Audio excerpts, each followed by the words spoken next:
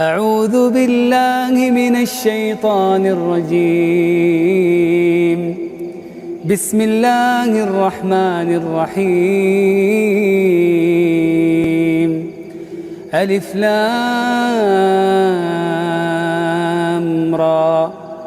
تلك آيات الكتاب المبين. إنا أنزلناه قرآنا عربيا لعلكم تعقلون.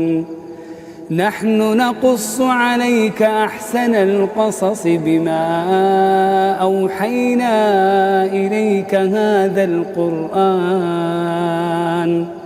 وإن كنت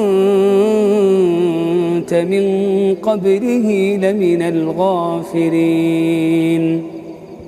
إذ قال يوسف لأبيه يا أبت إني رأيت 11 كوكبا والشمس والقمر رأيتهم لي ساجدين.